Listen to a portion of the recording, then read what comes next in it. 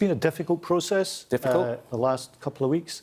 And it's not entirely a bad thing that Labour MPs feel passionately about this issue. There's a long history of Labour MPs feeling passionately about this issue.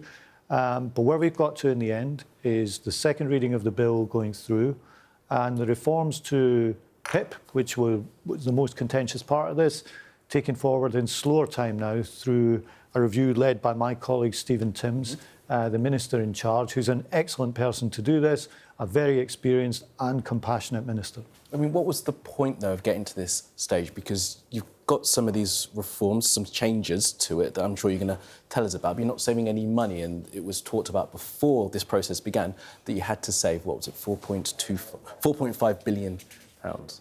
Well, there's a financial consequence to the decision. There's no denying that. But this is also about changing incentives, getting a better system, getting more support for people who are looking for work. At the moment, there's almost an incentive in the system because there's a huge gap between what people get on the ordinary universal credit rate and the health-related universal credit rate. So we're dealing with that through the bill that went through last night. That stays in place.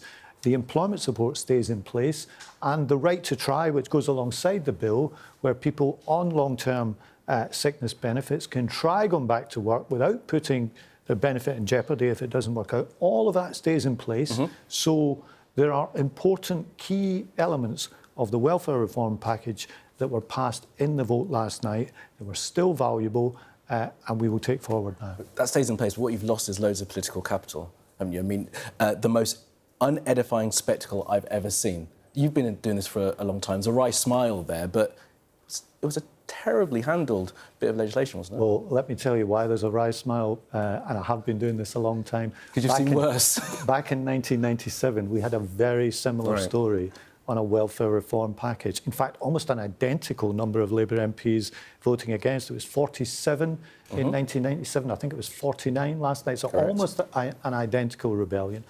Back in 97, 100 Labour MPs abstained. We had ministerial and PPS resignations. The headlines were Blair suffers in welfare reform vote. And from that, we went on not only to reform welfare more, but to reduce child poverty, to turn around the NHS and do all the other things that that government did. So we have seen this before. And that's why I say, in some ways, it's not a bad thing that Labour MPs feel passionately about this. They feel passionately about it for good reasons. Two key differences, though. 1997, not only was a long time ago, you had a popular Prime Minister back then. Keir Starmer's popularity ratings are in the toilet, and you had much more money. Well, I'm not denying there are financial consequences to the decision last night. But the point is, we moved on from it, and we will move on from this decision, as we are today, where we're announcing the biggest expansion in social and affordable housing for a generation. And that decision is only possible because of the leadership of the Prime Minister, the Deputy Prime Minister and the Chancellor, who've set the direction. It's social housing today. We'll be setting out a health plan tomorrow. It's been a tough couple of weeks over this. Listen. I'm not going to deny that. But we move on from it on welfare reform, and we move on in other areas too, such as the social rented housing package. I'd love to talk about that. We want to talk about the financial consequences you mentioned. What are they going to be? Well, every decision has a cost. We will have to set all that out at the budget. This is one moving part. A budget has lots of moving parts, and the Chancellor will set all of that out at the budget later this year.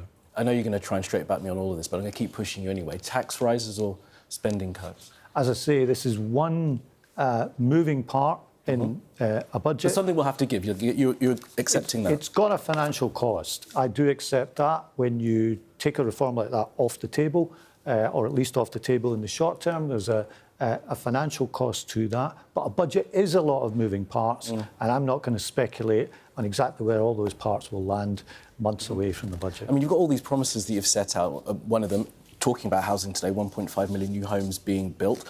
Could that suffer as a result of this decision that's been made now? No, it's a demanding target anyway. It won't suffer because of this decision. What we're setting out today is £39 billion over 10 years to build 300,000 new social and affordable rented homes. This is a government that's addressing long-term unmet need. Every MP in Parliament, whatever side they were on this welfare debate, knows that their constituents need more social and affordable housing. We are answering that call today, and that's only possible because of the budgetary decisions we've made, because of the campaign we fought in the election, because of the leadership of the Prime Minister. That's the only reason we're able to announce such an ambitious plan on social housing today. You said there are going to be financial consequences. The person who makes those decisions is the Chancellor of the Exchequer, Rachel Reeves. Will she still be in her job in 6 months' time? Of course she will. She's doing an excellent job. We take these decisions as a team, we stand as a team, and we go forward as a team.